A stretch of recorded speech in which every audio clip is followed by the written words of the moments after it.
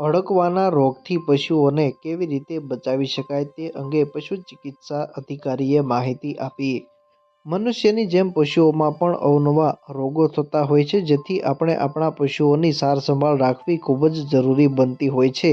ખાસ કરીને હડકવા રોગ જે મનુષ્યની જેમ પશુઓમાં પણ થતો હોય છે.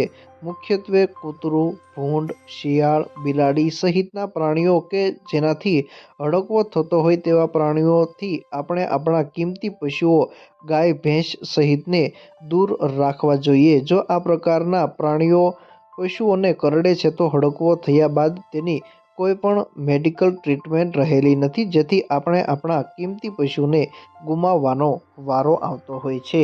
નમસ્કાર, હું ડૉક્ટર કેસી બલદાણિયા, પશુ ચિકિત્સા અધિકારી, પશુ દવાખાના મહુવા. આજ રોજ આપણે પશુઓમાં થતા આકસ્મિક રોગો છે તેમના વિશે માહિતી મેળવશું. તો પશુઓમાં આકસ્મિક રોગ તરીકે આપણે પહેલો રોગ જોઈએ તો હડકવા જે છે તે ગણી શકાય. હડકવા છે મુખ્યત્વે હડકાયા કેનાઇન સ્પીસીસના જે પ્રાણીઓ છે, કૂતરું છે, બિલાડી છે, ભૂંડ છે, ખિસકોલી છે, નોળિયો છે, શિયાળ છે, આ બધા જ વર્ગના પ્રાણી જો આપણા કિંમતી પશુઓને ગાય તેમજ ભેંસને કરડે તો તેમને હડકવા થવાની સંભાવના હોય છે. હડકવા થવાથી પશુઓમાં ડમ ફોર્મ તેમજ ફ્યુરિયસ ફોર્મ બે પ્રકારના કહેવાય ને કે પશુઓની અંદર લક્ષણો જોવા મળે છે. ફ્યુરિયસ ફોર્મની અંદર પશુ છે એ ખૂબ વારંવાર રખતું હોય છે, વારંવાર પેશાબ કરે છે, તેમજ માથા પછાડે છે અને કોઈ ખીલો કે નજીકની જે વસ્તુ છે તેમને બાઇટ અથવા તો બસકા ભરવા માટે દોડે છે. જ્યારે ડમ ફોર્મમાં કહેવાય ને કે એકદમ આ જે બધા જ લક્ષણો છે તે દેખાતા નથી, પરંતુ આવું પશુ છે એ 0 થી 7 દિવસ દરમિયાન જીવતું હોય તો એન્ડ સ્ટેજમાં તેમની અંદર પણ આવા લક્ષણો દેખાય છે. તો આવા સમયે કહેવાય ને કે મેડિકલ ટ્રીટમેન્ટ કોઈ નથી. એકવાર હડકવા થઈ ગયા પછી આપણે આપણું કિંમતી પશુ ખોવાનો જ વારો આવે છે. તો આ દરમિયાન આપણે શું કાળજી રાખવી જોઈએ?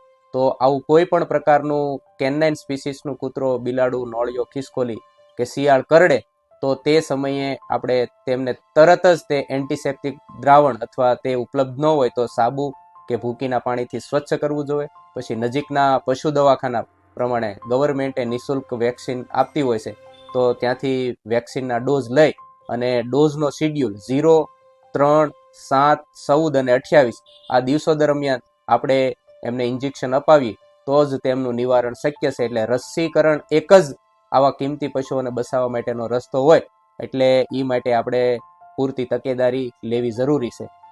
કૂતરું, બિલાડી, ભૂંડ, શિયાળ સહિત કરડે છે ત્યારે તાત્કાલિક ધોરણે હડકવાની વેક્સિન અવશ્ય મુકાવવી જોઈએ. જો સમયસર આપણે આપણા પશુઓ ગાય, ભેંસને વેક્સિન મુકાવવામાં ન આવે તો તેને હડકવાનો રોગ થતો હોય છે અને પરિણામે આપણે આપણા કિંમતી પશુ ગાય, ભેંસને ગુમાવવાનો વારો આવતો હોય છે. પશુ ચિકિત્સા અધિકારીના જણાવ્યા મુજબ હડકવાનો રોગ થયા બાદ તેની કોઈ પણ મેડિકલ ટ્રીટમેન્ટ રહેલી નથી, જેથી આપણે આપણા કિંમતી પશુને ગુમાવવાનો વારો આવતો હોય છે, પરંતુ વેક્સિન સમયસર મુકાવવાથી પશુઓને બચાવી શકાય છે.